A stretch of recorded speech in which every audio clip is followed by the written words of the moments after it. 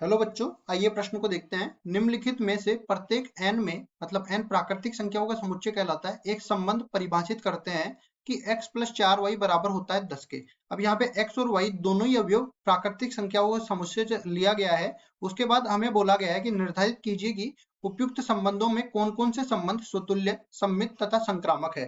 प्रश्न को हल करने से पहले इसकी मुख्य अवधारणा के बारे में चर्चा कर लेते हैं। मुख्य अवधारणा।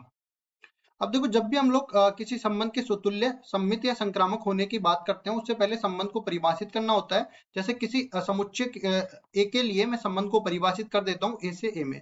अब सबसे पहली शर्त अपने पास स्वतुल्यता की है। स्वतुल्य कब होगा? जब मैं बोलता हूँ कि इस प्रकार का अवयव ए, ये संबंध आर में है, जहां पे प्रत्येक अवयव ए जो है वो दिए गए समुच्चय ए से होना चाहिए। अगर ऐसा आ रहा है, मतलब प्रत्येक अवयव, जैसे मैं बोलूं कि ए समुच्चय में 3 अवयव है, 1 2 3, तो उसके लिए 1 1 2 2 3 3 ये संबंध आर में होना चाहिए। अगर नहीं है तो स्वतुल्य नहीं होगा। दूसरा हम लोग चलते हैं सममित के लिए। सममित के लिए बात कर लेते हैं। तो इसमें बोलेंगे कि अगर ए बी जो है वो आर संबंध में है, तो इसके लिए आवश्यक है कि बी ए भी संबंध आर में होना चाहिए, तभी वो सम्मित होगा। जहां पे प्रत्येक जो ए बी लिए गए अवयव है वो दिए गए समुच्चय ए से होना चाहिए। अब तीसरा हम लोग संक्रामक के लिए देख लेते हैं। संक्रामक, इसमें हम कहेंगे कि अगर ए बी जो है अवयव वो संबंध आर से है, और साथ ही साथ बी सी जो अवयव है वो भी संबंध आर से है, तो इस संक्रामक होने के लिए आवश्यक है कि ए सी अवयव भी आर में होना चाहिए, जहां पे प्रत्येक लिए गए अवयव ए बी सी जो है वो अपने पास समुच्चय ए से होने चाहिए।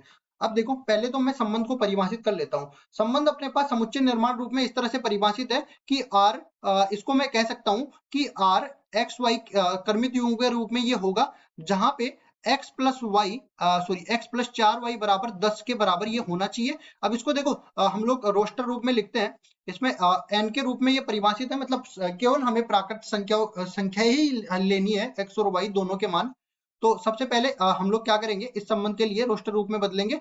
और ये क्या अपने पास आर जो है वो एन से लेके एन में परिभाषित है, इस तरीके से, जहां पे एक्स और वाई जो है, एक्स और वाई दोनों ही प्राकृत संख्याओं के समुच्चय से आ रहे हैं। अब देखो, यहाँ पे संबंध है एक्स प्लस 4y बराबर में 10, तो कुल मिला के अपने पास 4y का मान किसके बराबर आ जाएगा? 10 माइनस एक्स के। और यहाँ पे y का मान किसके बराबर आ जाएगा? 10 माइनस एक्स बटा में 4 के। मतलब 10 माइनस एक्स जो है वो 4 का गुणज होना चाहिए, तभी अपने पास ये y जो है ये प्राकृत संख्या से आएगा। मतलब यहाँ से मैं कहूंगा x के मान रखूंगा पहले तो मैं। x का मान जैसे मैंने 1 रखा, तो देख लेते हैं यहाँ पे 10 माइनस 1 बटा में 10 माइनस 1 बटा में 4 जो है, 10 माइनस 1 बटा 4 मतलब 9 बटा 4, मतलब कि y का मान जो 9 बटा 4 है ना, वो कभी भी जो है प्राकृत संख्याओं के समुच्चय से नहीं आ रहा। तो देखो, x बराबर 1 नहीं लेंगे। दूसरा, x बराबर 2 जब लेंगे तो ये अपने पास क्या बनेगा? y बराबर में 10 माइनस 8 बटा 4, मतलब 8 बटा 4 2 के बराबर हो जाएगा, जो कि प्राकृत संख्याओं के समुच्चय से आ रहा है। मतलब ये वाला मान नहीं लेंगे, ये वाला मान ले लेंगे। इसी तरह x बराबर 3 में भी y का मान कभी भी प्राकृत संख्याओं के समुच्चय से नहीं आता, तो ये वाला मान नहीं लेंगे। x बराबर 4 पर भी देखेंगे तो देखो 10 माइनस 4 6 के बराबर, और 6 बटा 4 y का मान प्राकृत संख्याओं के समुच्चय से नहीं आ रहा, ये मान भी नहीं लेंगे। x बराबर 5 पर देख लेंगे तो y का मान यहाँ पे देखो 10 माइनस 5 5 बटा 4, ये भी नहीं आ रहा, तो ये मान भी हम लोग नहीं लेंगे। ठीक है, फिर x बराबर 6 पर चलते हैं। तो देखो, इसमें क्या होगा, x बराबर 6 जैसे ही मैं लूंगा तो y का मान कितना हो जाएगा? यहाँ पे 10 माइनस 6 4 बटा 4, जो कि 1 के बराबर है, जो कि प्राकृत संख्याओं के समुच्चय से है, ये मान हम लोग ले लेंगे। अब उसके बाद में देखो, जैसे ही मैं x का मान 6 से बढ़ाऊंगा ना, तो ये अपने पास 10 माइनस 7 हो जाएगा, जो कि 4 से छोटा आ जाएगा। अब जैसे ही यहाँ पे ऊपर 4 से छोटी संख्या आती है तो भाग लगना बंद हो जाता है।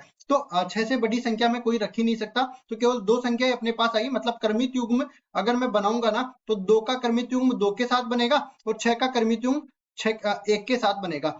अगर मैं संबंध R को परिभाषित करूं रोस्टर रूप में, तो ये इसी रूप में अपने पास R संबंध परिभाषित हो जाएगा। अब यहाँ पे हम देख सकते हैं क्या कि देखो, आर संबंध इस तरह से परिभाषित है। इसमें एक तो अवयव है 2 2, एक अवयव है इसमें 6 1। तो अब देखो, ध्यान से देखिए, यहाँ पे 6 6 अवयव भी अपने पास आर में नहीं है। ठीक है, और साथ ही साथ एक एक अवयव भी आर में नहीं है। अगर इस तरह से नहीं है ना, तो हम लोग बोलेंगे स्वतुल्य नहीं है। स्वतुल्य नहीं है, स्वतुल्य तो नहीं है। अब देखो, उसके बाद में हम लोग आगे बढ़ते हैं। यहां से बोलेंगे कि 6 एक अवयव जो है वो दिए गए संबंध आर से है, लेकिन लेकिन यहाँ पे 1 और 6 अवयव जो है वो दिए गए संबंध आर से नहीं है, तो सम्मित भी नहीं है, सम्मित नहीं है। अब देखो संक्रामकता के लिए याद रखिए, वैसे तो मैंने बताया नहीं था मुख्य उदाहरण में, लेकिन यहाँ पे बता देता हूँ। जब भी अपने पास ए बी अवयव आर में हो लेकिन बी सी अवयव आर में नहीं हो तो हम लोग एसी पर जाएंगे नहीं। जैसे हम लोग यहाँ पे देख सकते हैं कि 6 1 आर में है लेकिन एक से शुरू होने वाला कोई भी दूसरा अवयव आर में नहीं है, तो सीधा ही हम लोग बोल देंगे कि ये संक्रामक है।